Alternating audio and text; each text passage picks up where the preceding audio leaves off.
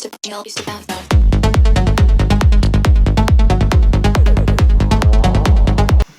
what is up and welcome back to my channel. If you have not been here already, my name is Ayla, also known as AKA. Today I have a fun video for you, a bit more of an informative video for you. I like to consider myself a little bit of a thrift queen. I'm not gonna lie, just because I tend to find some really good stuff if I ever go to the thrift stores, to the charity stores, to a kilo sale, this sort of thing, like secondhand shopping.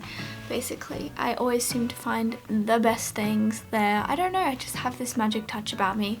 Anyway, enough about my unique skills. I wanted to get into a few tips today for when you're going thrifting. I know not everybody goes thrifting often or likes thrifting, but if you're interested in thrifting and you want to give it a try and you don't really know what to do or you don't really know about it, then I thought I would give you some tips on some good things to do to find some gems, because it can be really difficult to find good things at the thrift store, especially if you go more like charity shopping rather than vintage shopping. I am going to do another video on like charity shops versus thrift stores versus vintage stores, because there is big differences between them even though it's all secondhand clothing. But yeah, so basically I'm just going to get into some tips. There's many things I could tell you, but I'm going to stick with 5 things today just so it's not a very long video. The number one thing that I would say is if you're wanting to actually go and you're wanting to find the gems and you're wanting to really get some good stuff and you're wanting to have like a day of thrifting, I would definitely plan your route.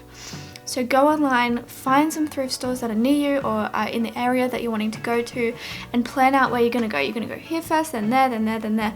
Because you might go to one thrift store, like for example, I could go to one thrift store on one side of London, then be like, oh, thrift stores, find another one on the other side of London. But that's just a waste of time because there might be like 6 in the one area. And they might not all be great, but at least you're like covering more ground sort of thing. So definitely plan your route, get on your maps, think of where you're going to go, have a look at where the charity shops or the thrift stores or the vintage shops are, and just see where you want to go and plan your route is number 1. Number 2 is find out what thrift stores know what they have, which is an interesting thing because in London I think a lot of them know what they have, but in Australia it's very different. I know some charity shops like in my area in Australia that some of them definitely know what they have. So if you go in there and you find like a really cool jumper that you think is like very vintage or something, they've probably looked at it and gone, that's kind of in right now, and they mark it up and they make it more expensive. But there's a lot of charity shops that have no idea what they have. They literally just get a bunch of clothes in and they just go $5 or £5 or whatever, they just chuck it on the rack and they just want to get it sold, which is the best way to do it because they have so much stuff to sell. But do some research, because a lot of charity shops don't know what they have and a lot of charity shops do know what they have. So if you're always going to the charity shops that know what they have or the vintage stores that know what they have, they are definitely going to mark up the prices and you're not going to find as many things for such a bargain. But if you go to the shops that don't know what they have or don't care what they have, like they're just trying to get rid of it, that is always the best plan, because you just go in, you get a bunch of stuff for a lot cheaper and they don't really care much about marking up brands and that sort of thing. Especially the charity shops that do their research and they find brands that are like popular at the moment and then they mark them up is quite frustrating, because obviously you could pretty much buy it for the same price new. So what's the point of getting it secondhand? So that was my second thing, to find out what stores know what they have. Do your research, ask your friends if you've gone to certain charity shops, and if they go, oh yeah, I went to that charity shop but everything there was really expensive. Obviously most charity shops are going to have like a luxury section or like a cabinet that's locked off, and they're going to have like wallets and stuff in there.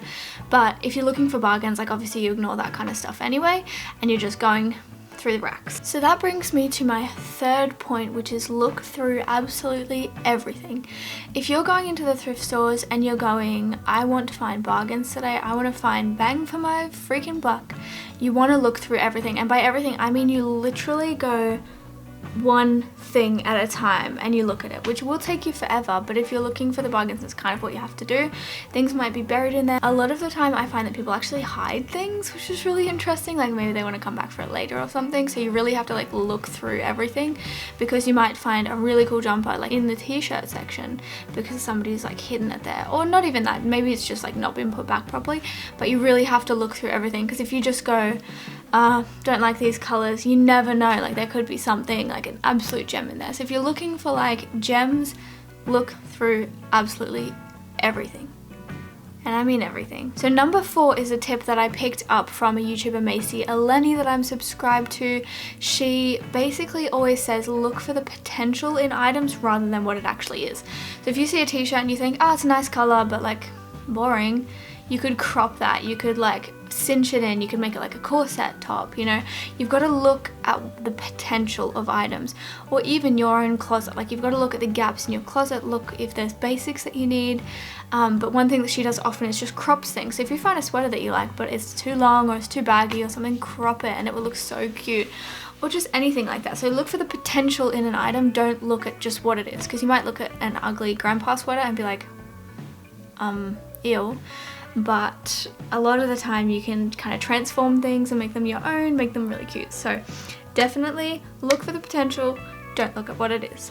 That brings me to my last tip, which is if you're really passionate about finding some good things, improving your wardrobe, really building your wardrobe of thrifted items, I would Pinterest. I know it's a very basic thing to suggest, but if you have a Pinterest board, go through a Pinterest board, write a list of what things you're kind of looking for, like whether that's a sweater vest or you want pastel colors or you need more black and white. Like, you know, go through and have a look at what you're missing in your closet, or have a look at what you're wanting to add to your closet, and then when you're in the thrift store you'll be more attracted to those sorts of items because you know what you're looking for. I usually go in without a plan, but sometimes that doesn't work out. If you work better having a plan, definitely go in with a plan. It's a great way to find exactly what you're looking for. Obviously it's a bit hit and miss sometimes because they're not always going to have what you want, but if you have a Pinterest board and you've planned out what you think you're after, you've planned out sort of things that you want to fill your wardrobe with, then it is the best thing that you can do. Just grab a Pinterest board and get pinning some amazing things.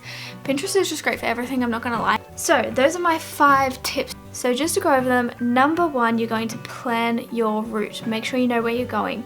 Number 2, find out what thrift stores know what they have, rather than just thrift stores that just chuck everything out for really discounted prices. I know a lot of people don't really care about thrift store prices because it's cheaper than what they would buy it for anyway, but I think that defeats the purpose. Sometimes like you want to get absolute bargains. So number 2, find out what thrift stores know what they have, and find out what thrift stores don't know what they have. Number 3, look through absolutely everything, every single clothes hanger on that rack. Number 4, look for the potential in items, not what the item actually is. And number 5, Pinterest. So go with a plan. Go with what you're looking for, go with what you're wanting to build your wardrobe, have a look at your closet before you go, and you will be absolutely sorted. Okay, I hope you enjoyed today's video. I know it was a little bit of a short and sweet one. Maybe not that short. My camera's been recording for 10 minutes. I talk a lot. But sort of more of just an informative video, tips for thrifting. Please let me know down below if you enjoyed these tips, if you would like any more, because I thrift a lot, so I have a lot of sort of things that I could talk to you about. So let me know if you enjoyed this video. Please leave a like and comment down below, and subscribe if you haven't already, and I will see you in the next one. Bye!